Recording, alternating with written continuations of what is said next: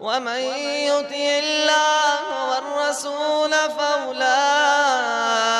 مع الذين أنعم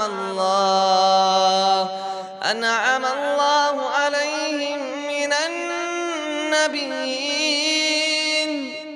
والصديقين والشهداء والصالحين.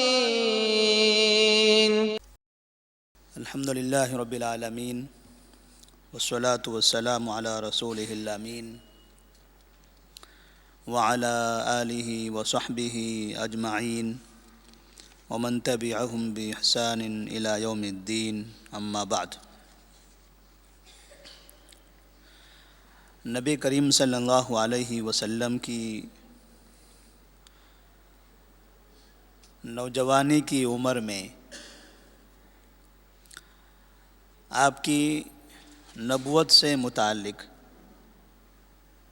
کچھ ایسے واقعات، ایسے حادثات پیش آتے ہیں کہ جس سے آپ صلی اللہ علیہ وسلم جس وقت 10 سال کی عمر سے کچھ زیادہ ہو گئے اور مکہ شہر سے باہر نکلنے لگے تو اطراف میں بعض مرتبہ لوگوں کو اس بات کا اندازہ ہونے لگا کہ آپ صلی اللہ علیہ وسلم نبی بنائے جانے والے ہیں۔ اس کا ایک واقعہ مکہ مکرمہ کا ہے کہ جس وقت آپ صلی اللہ علیہ وسلم ابو طالب کی کفالت میں تھے، لوگ آ کر ابو طالب سے درخواست کرتے ہیں کہ قحط سالی آ گئی، بارش نہیں ہو رہی ہے، چلیے دعا کر لیں تاکہ اللہ تبارک و تعالی بارش برسائے۔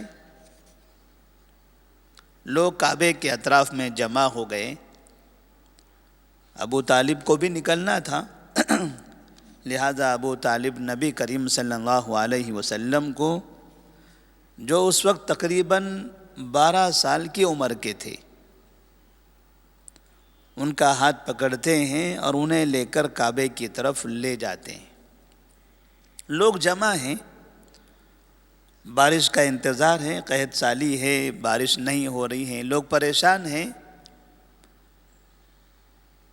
ابو طالب اپنے بھتیجے نبی صلی اللہ علیہ وسلم کو ساتھ لے کر چلتے ہیں اور کعبے کی دیوار کو ٹیک لگا کر اس جگہ بٹھا دیتے ہیں، اور پھر اللہ تبارک و تعالیٰ سے دعا کی جاتی ہے۔ تھوڑی دیر میں موسلا دھار بارش ہونے لگتی ہے۔ مورخین نے لکھا ہے کہ ابو طالب نے اس وقت نبی کریم صلی اللہ علیہ وسلم کو ساتھ لے جا کر اللہ تبارک و تعالیٰ سے دعا کی، اس نیت سے کہ اس بچے کے روحانیت، اس بچے کا مقام، اس بچے کا مرتبہ اللہ تبارک و تعالیٰ اس کے ذریعے آسمان سے بارش برسائے گا۔ اور انہوں نے کبھی کہا تھا وَأَبْيَضُ يُسْتَسْقَى الْغَمَامُ بِوَجْهِهِ، کہ محمد کا چہرہ کتنا خوبصورت چہرہ تھا کہ جس کی وجہ سے، جس کے چہرے کو دیکھ کر یا چہرے کے ذریعے بارش طلب کی گئی تھی، اور پھر اللہ تبارک و تعالیٰ نے اس وقت بارش برسائی تھی۔ یہ واقعہ لوگوں کے سامنے ہوا، لوگ نبی کریم صلی اللہ علیہ وسلم کو دیکھ رہے تھے، خوبصورت چہرے والا بچہ ابو طالب انہیں کعبے کے سامنے لا رہے ہیں۔ وہاں سے لوگوں کے درمیان میں اس بچے کی اہمیت میں اور زیادہ اضافہ ہو گیا۔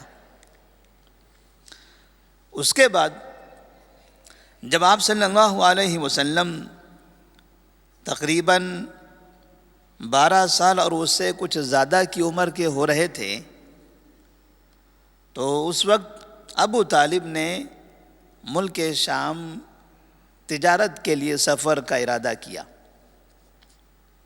نبی کریم صلی اللہ علیہ وسلم نے ابو طالب سے کہا کہ چچا میں بھی آنا چاہتا ہوں۔ سفر میں مجھے بھی اپنے ساتھ لے چلیے۔ ابو طالب نے پہلے انکار کر دیا کہ چھوٹا بچہ ہے، لمبا سفر ہے، بچے کو پریشانی ہو سکتی ہے، لیکن نبی کریم صلی اللہ علیہ وسلم نے جب اصرار کیا تو ان کی محبت کی وجہ سے ابو طالب انہیں اپنے ساتھ ملک شام کی طرف لے کر نکل پڑے۔ اس طرح سے نبی کریم صلی اللہ علیہ وسلم ابو طالب کے ساتھ ایک قافلہ ملک شام کی طرف روانہ ہوا۔ مکہ کے لوگ خاص طور پر قریش تاجر ہوا کرتے تھے، تجارت کرتے تھے، اسی لیے ہم نے اس سے پہلے بھی جو واقعات عبد المطلب کے، ہاشم کے، عبداللہ کے، جن کے بھی واقعات سنے ہیں نبی کے خاندان کے، یہ تقریباً سب ملک شام کی طرف تجارت کے لیے گئے ہوئے تھے۔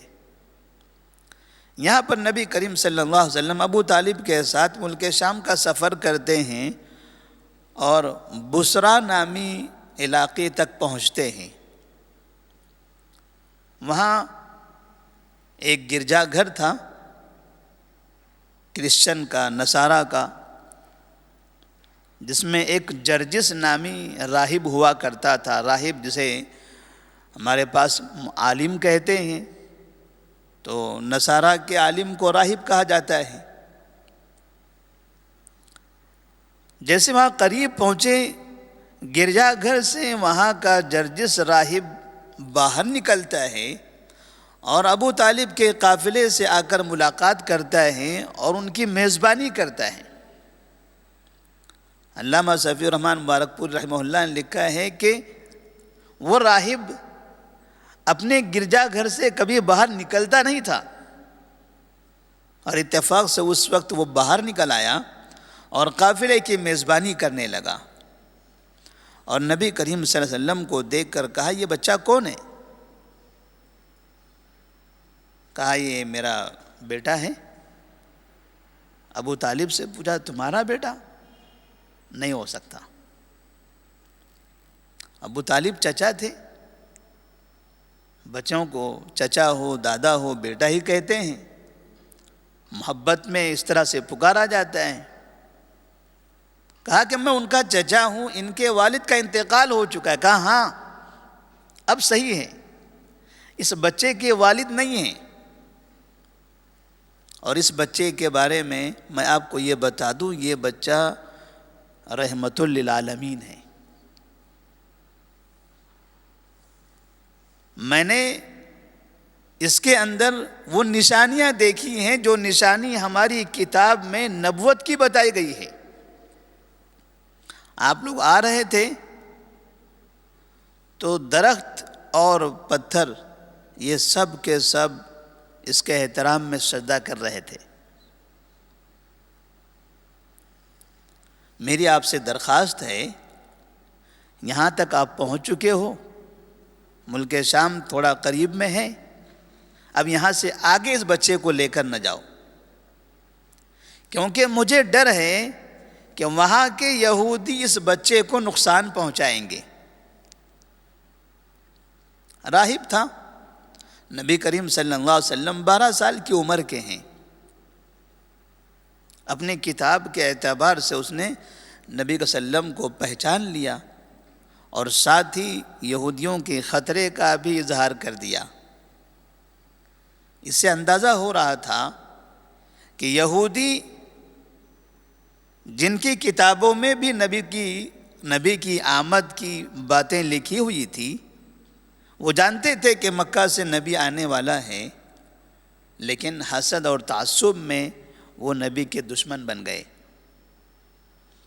ایک چیز یہ بھی سمجھ میں آتی ہے کہ اس وقت میں بھی انجیل پر عمل کرنے والے، یعنی عیسیٰ علیہ السلام کے دین پر چلنے والے لوگ موجود تھے، اور یہ راہب جس نے نبی کریم صلی اللہ علیہ وسلم کا احترام کیا، نبوت کو پہچانا، آگے کے خطرات سے ان کو چوکنا کر دیا، اس بات کی علامت ہے کہ وہ اپنی کتاب پر ایمان رکھتا تھا۔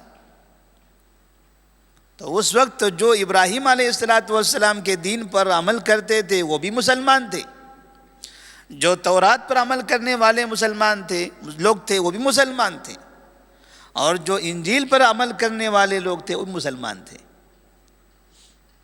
اپنے اپنے مذہب پر، اپنے اپنے دین پر وہ عمل کیا کرتے تھے۔ ابو طالب کو بچے پر ترس آیا اور انہوں نے اسی جگہ سے نبی کریم صلی اللہ علیہ وسلم کو مکہ مکرمہ روانہ کر دیا۔ یہاں گویا ایک طرح سے ابو طالب کے دل و دماغ میں یہ بات داخل ہو گئی کہ یقیناً ایسا ہو سکتا ہے کہ یہ بچہ مستقبل میں نبی ہو۔ راہب کی بات سے ایک اور چیز یہ سمجھ میں آئی کہ اس قافلے کے جو لوگ تھے، جب ان لوگوں نے دیکھا کہ اس بچے کو یہاں سے اتنی دور سے واپس کرنا ہے، ظاہر سی بات ہے تمام لوگوں کو اس کی اطلاع مل چکی تھی۔ نبی کی نبوت سے پہلے یہ 12 سال 15 سال کی عمر سے مکے والوں کو تیار کر دیا گیا تھا کہ ایسا نہ سمجھیں کہ اچانک 40 سال کی عمر میں نبوت کا دعویٰ کریں گے۔ آپ کو بچپن سے ہی آہستہ آہستہ الگ الگ واقعات کی روشنی میں بتایا جا رہا ہے تاکہ آپ اس بچے کے تئیں تیار ہو جاؤ، اس پر آپ کی نظر رہے، اس کا احترام کرتے رہیں، اور یہ جب مستقبل میں نبوت کا دعویٰ کرے تو آپ اس پہ یقین کر لینا۔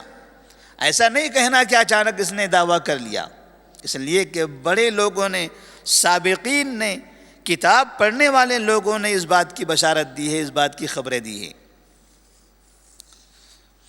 نبی کریم صلی اللہ علیہ وسلم جب 15 سال کی عمر کو پہنچے تھے، مکہ مکرمہ میں ایک واقعہ پیش آیا۔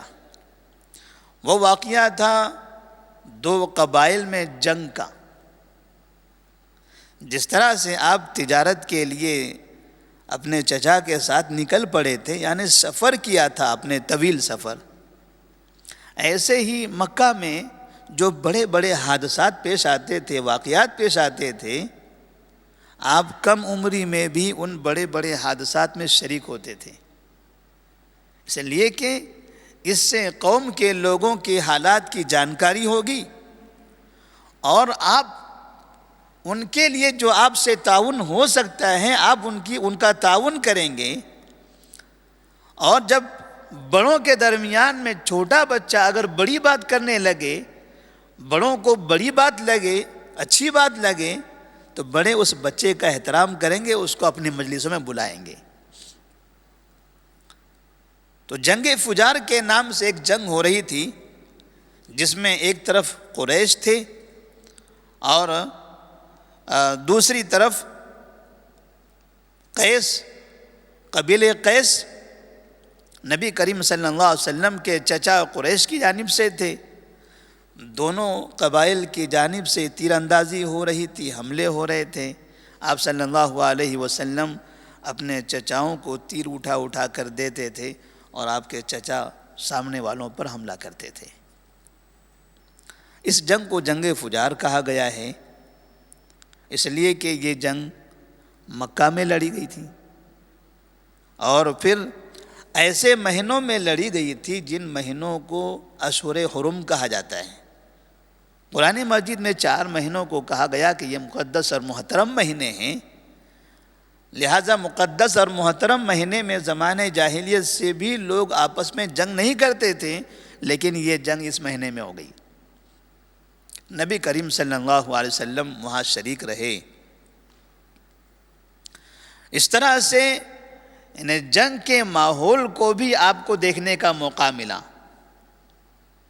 اور پھر اس کے بعد مکہ مکرمہ میں کوئی ایسا بڑا واقعہ پیش آتا ہے کہ لوگ جہاں پر ایک دوسرے پر ظلم کرتے ہیں، بے انصافی کرتے ہیں، ایک دوسرے کے حقوق کی پامالی کرتے ہیں، ایک دوسروں کو دھوکہ دیتے ہیں، لین دین میں ایک دوسرے کے ساتھ بے انصافی کی جاتی ہے، ایک تاجر انسان تجارت کی غرض سے مکہ مکرمہ میں داخل ہوتا ہے، وہاں آ کر اپنا سامان بیچتا ہے، تو اس جگہ پر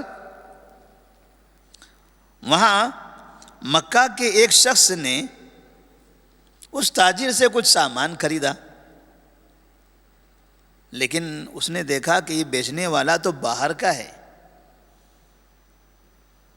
اسے ایسا محسوس ہوا کہ یہ کمزور ہے، باہر کا آدمی ہے، اگر میں نے اس کو پیسہ نہیں دیا تو یہ میرا کیا کر لے گا؟ لہذا اس شخص نے سامان تو لیا، پیسہ نہیں دیا۔ اس بیچنے والے آدمی نے لوگوں سے مطالبہ کیا کہ مجھے میرا حق دلایا جائے، مجھ سے سامان لیا ہے، پیسہ دلایا جائے۔ لوگوں نے کوئی توجہ نہیں دی،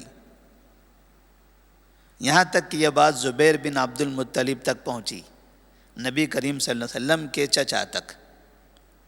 زبیر بن عبد المطلب نے مکہ کے الگ الگ سرداروں سے مشورہ کیا، ان کو جمع کیا، ان کا ذہن بنایا، اور پھر باقاعدہ مکہ کے سرداروں نے مل کر اس بات کا معاہدہ کیا، اتفاق کیا اس بات پر کہ آج کے بعد سے مکہ مکرمہ کے اندر کوئی بھی انسان مظلوم نہیں ہوگا، جس کا بھی حق چھینا جائے گا ہم سب مل کر اسے حق دلا کر رہیں گے۔ اور شروعات انہوں نے اسی انسان سے کی۔ جس شخص نے وہ سامان خریدا تھا، پیسہ نہیں دیا تھا، اسے پکڑا گیا اور اس سے حق دلوایا گیا۔ اس کو حلف الفضول کے نام سے سیرت کی کتابوں میں یاد کیا جاتا ہے۔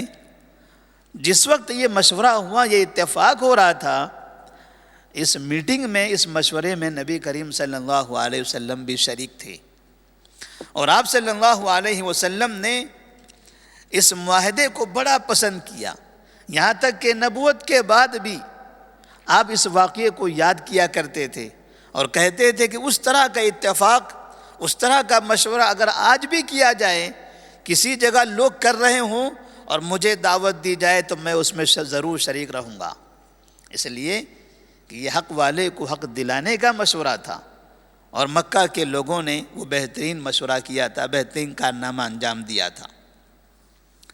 نبی کریم صلی اللہ علیہ وسلم جب تقریباً 25 سال کی عمر تک پہنچ رہے تھے، اس وقت تک آپ اپنی زندگی کے گزارے کے لیے قوم کی بکریاں چرایا کرتے تھے۔ آپ صلی اللہ علیہ وسلم کے والد کا انتقال ہو گیا، کوئی دولت نہیں تھی۔ عبد المطلب دادا، ان کے کئی بیٹے تھے۔ آپ صلی اللہ علیہ وسلم چاہتے تھے کہ میں اپنے ہاتھ سے خود کماؤں، میں کسی کا محتاج نہ بنوں، لہذا آپ نے مکہ میں بکریاں چرانا شروع کیا۔ چند پیسوں کے بدلے میں جو آپ کو وظیفے کے طور پر ملتے تھے، اس میں بکریاں چراتے تھے۔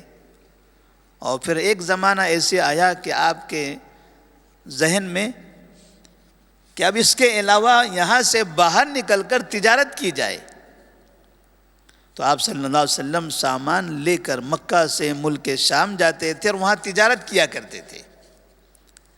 اب وہ خطرہ جو راہب نے بیان کیا تھا، اب ملک شام جاتے ہوئے ابھی کبھی بھی آپ کو اس خطرے کا احساس نہیں ہوا۔ آپ ملک شام جاتے، واپس آتے، تجارت کر کے پھر آتے تھے۔ اس طرح سے ملک شام کا سفر آپ نے کئی مرتبہ کیا۔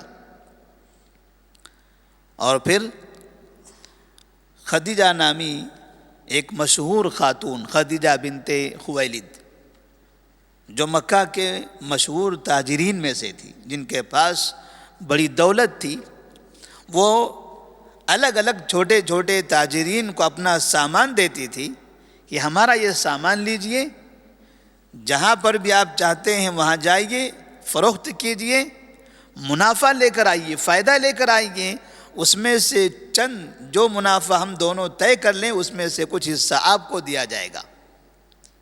اس طرح سے خدیجہ بنت خویلد کے پاس سے لوگ سامان لے کر جاتے تھے، تجارت کرتے تھے، اور منافع میں وہ تاجر اور خدیجہ بنت خویلد شریک ہوا کرتی تھی۔ انہیں اس بات کی اطلاع ملی کہ مکہ میں ایک نوجوان ہے جو بڑا ہی ایماندار ہے، بہترین تاجر ہے، امانت دار ہے، سچا ہے، اور اس کی تجارت میں کامیابی نظر آتی ہے۔ خدیجہ بنت خویلد نے نبی کریم صلی اللہ علیہ وسلم سے بات کی، آپ دوسروں کا سامان لے کر جاتے ہیں، ہمارے پاس بھی سامان موجود ہے، آپ چاہیں تو ہمارا سامان لے جائیں، اس مال سے آپ تجارت کریں، ہم دوسروں کو جتنا فائدہ دیتے ہیں اس سے زیادہ فائدہ آپ کو دیں گے۔ ایمانداری کی وجہ سے نبی کریم صلی اللہ علیہ وسلم کی ایمانداری تجارت میں، جس طرح سے آپ عبادت میں آئیڈیل تھے ایسے ہی آپ تجارت میں بھی آئیڈیل رہیں، اور سچائی امانت داری کے ساتھ تجارت کو کامیاب کر کے بتایا۔ ہمارے پاس ماحول تو ایسا ہے کہ بھائی جب تک ہم جھوٹ نہ بولیں تجارت نہیں کر سکتے۔ بازار میں اگر بیٹھنا ہو تو جھوٹ بولنا پڑے گا، دھوکہ دینا پڑے گا، اگر جھوٹ نہیں بولو گے تو بھوکے مر جاؤ گے۔ مسلمان اس طرح کی باتیں کرتے ہیں اور باقاعدہ تجارت میں جھوٹ کا کثرت سے استعمال کر کے دولت کماتے ہیں اور سمجھتے ہیں کہ میں ہوشیار ہوں، میں نے حلال کمایا ہے، اپنے دماغ کا استعمال کیا ہے۔ اسے نہیں پتہ ہے کہ وہ جہنم کی آگ اپنے پیٹ میں بھر رہا ہے جھوٹ بول کر، دھوکہ دے کر۔ نبی کریم صلی اللہ علیہ وسلم نے قبول کر لیا۔ خدیجہ بنت خویلد کا سامان لے کر جاتے ہیں اور ساتھ میں میسرہ نامی غلام خدیجہ بنت خویلد کا ان کے ساتھ جاتا ہے۔ دیکھنے کے لیے کس طرح سے تجارت ہوتی ہے۔ آپ صلی اللہ علیہ وسلم ملک شام گئے، اپنی تجارت کی، کئی لوگوں کی دکانیں ہیں، گراہک جتنا دوسروں کے پاس ہوتا تھا اس سے کہیں زیادہ آپ کے پاس ہوا کرتا تھا۔ آپ مال کو صحیح طرح سے واضح کرتے تھے، قیمت صحیح بتاتے تھے، اور اس طرح سے لوگ اعتماد کر کے آپ کے پاس سے زیادہ خریدتے تھے۔ اس تجارتی سفر میں میسرہ غلام نے نبی کریم صلی اللہ علیہ وسلم کی سچائی، امانت داری، لوگوں کے ساتھ اچھی گفتگو اور تجارت میں کامیابی دیکھی، اور اپنے مالک خدیجہ بنت خویلد کے پاس آ کر پورا واقعہ سنا دیا۔ خدیجہ بنت خویلد تقریباً 40 سال کی عمر کی تھی، ایک بہترین خاتون، معزز اور محترم خاتون، دولت مند خاتون۔ مکہ کے بڑے بڑے لوگوں نے، دولت مند اور رؤساء نے انہیں نکاح کا پیغام بھیجا تھا، وہ ہر ایک کے پیغام کو ٹھکرا دیتی تھی۔ وہ پہلے سے شادی شدہ تھی، ان کے شوہر کا انتقال ہو چکا تھا، اب یہ بیوہ تھی۔ خدیجہ بنت خویلد نے جب دیکھا کہ اس نوجوان کے اندر اتنی امانت داری ہے، سچائی ہے، تو انہوں نے نبی کریم صلی اللہ علیہ وسلم کو نکاح کا پیغام بھیج دیا۔ نبی کریم صلی اللہ علیہ وسلم نے قبول کر لیا۔ اس وقت آپ کی عمر 25 سال اور خدیجہ بنت خویلد کی عمر 40 سال۔ اس طرح سے نبی کریم صلی اللہ علیہ وسلم کا نکاح خدیجہ بنت خویلد رضی اللہ تعالیٰ عنہ سے ہو گیا۔ یہ آپ کا پہلا نکاح ہے، اور اس نکاح کی بنیاد بنی آپ کی سچائی، آپ کی امانت داری، آپ کی دیانت داری۔ نبی کریم صلی اللہ علیہ وسلم جہاں نبوت کے بعد سے، جب آپ نبی بنائے گئے تب سے ہمارے لیے آئیڈیل ہیں، اس لیے کہ نبی آئیڈیل ہیں، لیکن نبوت سے پہلے کی جو زندگی ہے آپ کی، اس زندگی پر بھی اگر غور کیا جائے تو وہ زندگی بھی مکمل ہمیں آئیڈیل نظر آتی ہے۔ کہیں بھی ایسا کوئی واقعہ پیش نہیں آتا آپ کی زندگی میں کہ جس واقعے کو ہم چھوڑ سکیں یا جس سے ہم نظر انداز کر سکیں۔ اللہ تبارک و تعالیٰ سے دعا ہے کہ اللہ تبارک و تعالیٰ ہمیں امانت دار بنائے، سچا بنائے، دیانت دار بنائے، ہمیں اپنی تجارتوں میں سچائی کا استعمال کرنے کی توفیق عطا فرمائے، جھوٹ کے سہارے سے ہم سب کو بچائے۔ والسلام علیکم ورحمۃ اللہ وبرکاتہ۔